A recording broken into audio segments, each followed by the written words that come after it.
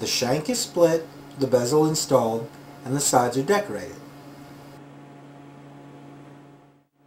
Now that you're up to speed, take the dividers and eyeball a few millimeters. Then make a mark from the base of the split. At the apex of that arc, plant your dividers and make another mark, and so on until you reach the bottom of the shank.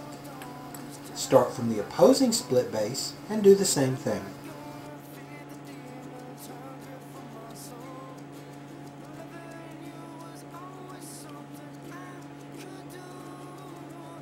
We saw a line across the shank to the next arc terminus.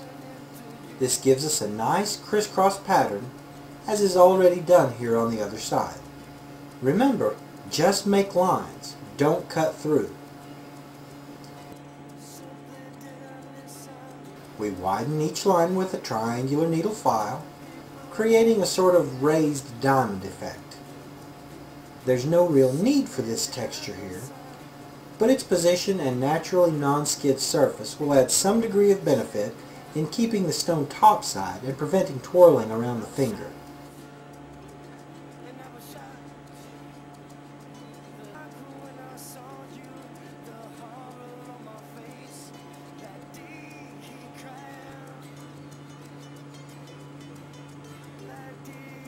Using a 3 or 4 millimeter setting burr, we cut a lip or beading upon which the stone will rest.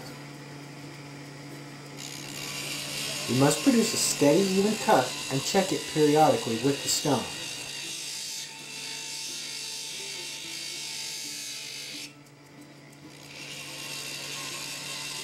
We've laid the stone in place and will secure it by deforming the surrounding metal down onto it.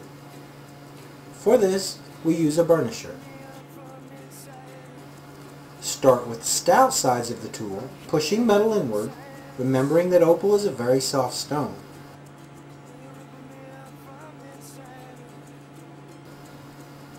Invert the burnisher's orientation and direct pressure in a little more downward angle until the stone is secured.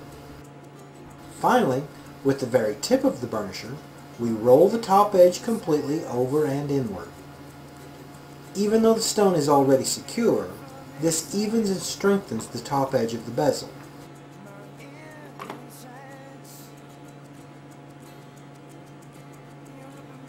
Tapping the piece a little will reveal an indicative rattle if the stone is loose.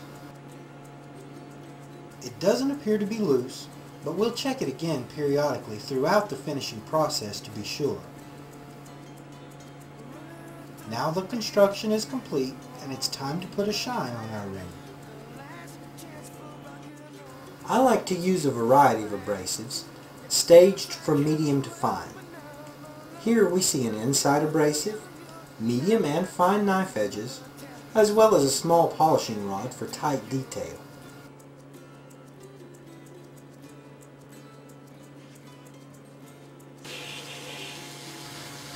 We start with a medium inner shank abrasive.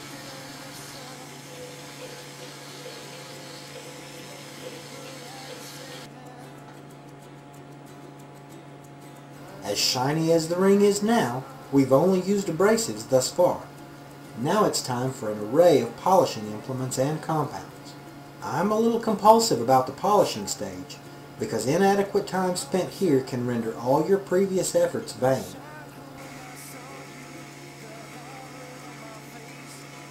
A knife edge lap with bobbing compound helps produce a smooth, highly polishable surface, especially in the tight spaces.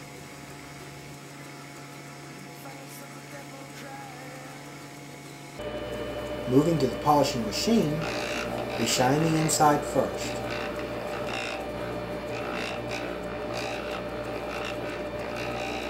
Then, hit the outside and edges thoroughly with tripoli or bobbing compound on a coarse red wheel.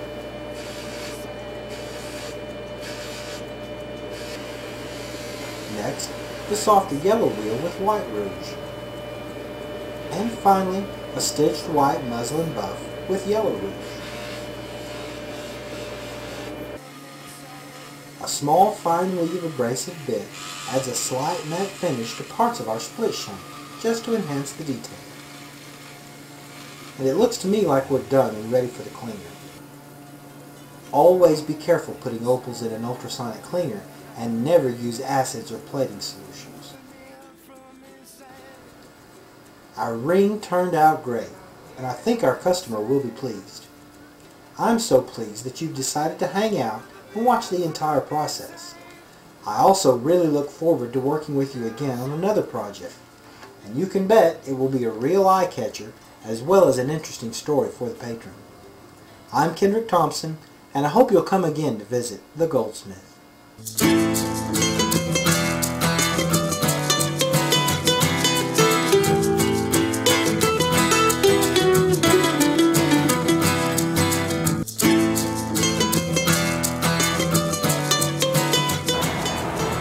Thanks for watching The Goldsmith. Be sure and tune in next week for another interesting project.